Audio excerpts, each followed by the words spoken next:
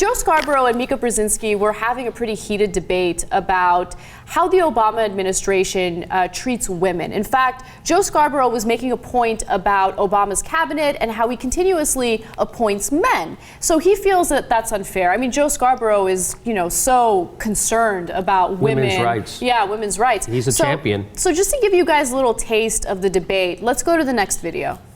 With all due respect, Gaddy, this is what's wrong with political reporting. You take an offhanded quip, and then you blow it up. Everybody on the left freaks out for a month. It was a faux pas, and then here we have something that matters: substance, cabinet positions, one man after another being selected, and you want to give him a free pass, while you and Mika and the media savaged Mitt Romney for his binders comment. The binders comment got to a broader attitude towards women. Broader attitude, okay. Yeah, I think so. Don't you think when somebody makes a political gaffe, when does it resonate? Generally, because it suggests something that people already have a perception of that person, right? All right, so let's look at Mitt Romney's track record for 1 second. During the elections, at a time when you had the Republican Party questioning what legitimate rape was, right, at a time when you had this assault on reproductive rights, Mitt Romney came forward and basically said, yeah, I'm against abortion. Basically, I'm against reproductive rights for women. Yes, he said he wanted to overturn Roe v. Wade, and he was for the Personhood Amendment. Exactly. So that's why that comment actually did matter. It did matter. It was not a faux pas. I think it was... It was a revealing faux pas. Exactly. It revealed, just like she said, his attitude towards women. So when he said we had binders full of women, and I don't know if people know this, but that was kept in a file under people we can pay less. Right. I don't know if you know that. So there's more to this video, right? Yes, there is. So let's go to the next video. It gets even more heated. You guys get more context. Let's take a look.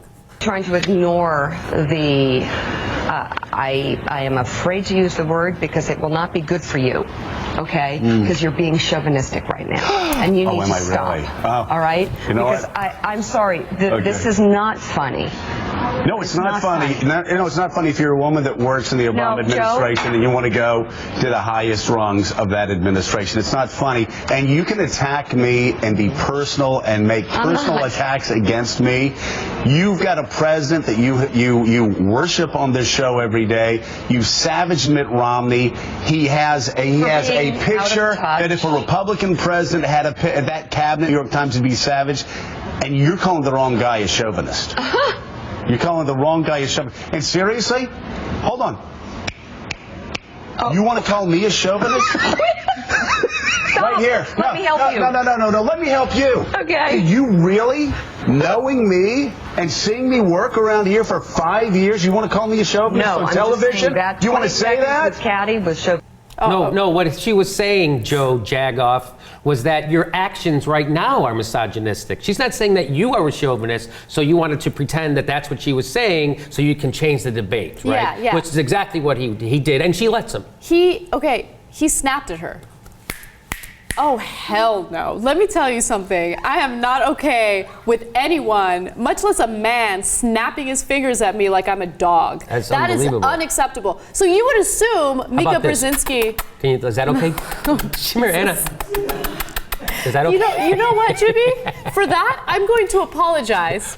Just like Mika Brzezinski apologized to Joe Scarborough after he snapped his fingers at her. Let's watch. Let's watch. But I'll have to say, now that things are less heated, I didn't like the approach that you took, but just for the record, you are not a chauvinist. Oh, well, you know what? That's great. I apologize for calling you one. You're not a racist. But I will say this. I didn't like the way you were treating, and I thought I was using it as an adjective. Oh, okay. Oh, look how strong she stood up to him. I didn't like it. You're not a chauvinist, but you are an abusive alcoholic. How about that? I mean, if you watch that, it's one of the most entertaining battered wife syndromes I've ever seen on television. I don't know why that was her reaction. I mean, she could have made some really strong arguments. I mean, I believe that Obama nominated 2 Supreme Court justices, both of which were women. So he's got 2 Supreme Court justices. He wanted to nominate Suzanne Rice. He had Hillary Clinton as his Secretary of State. But come on. He's.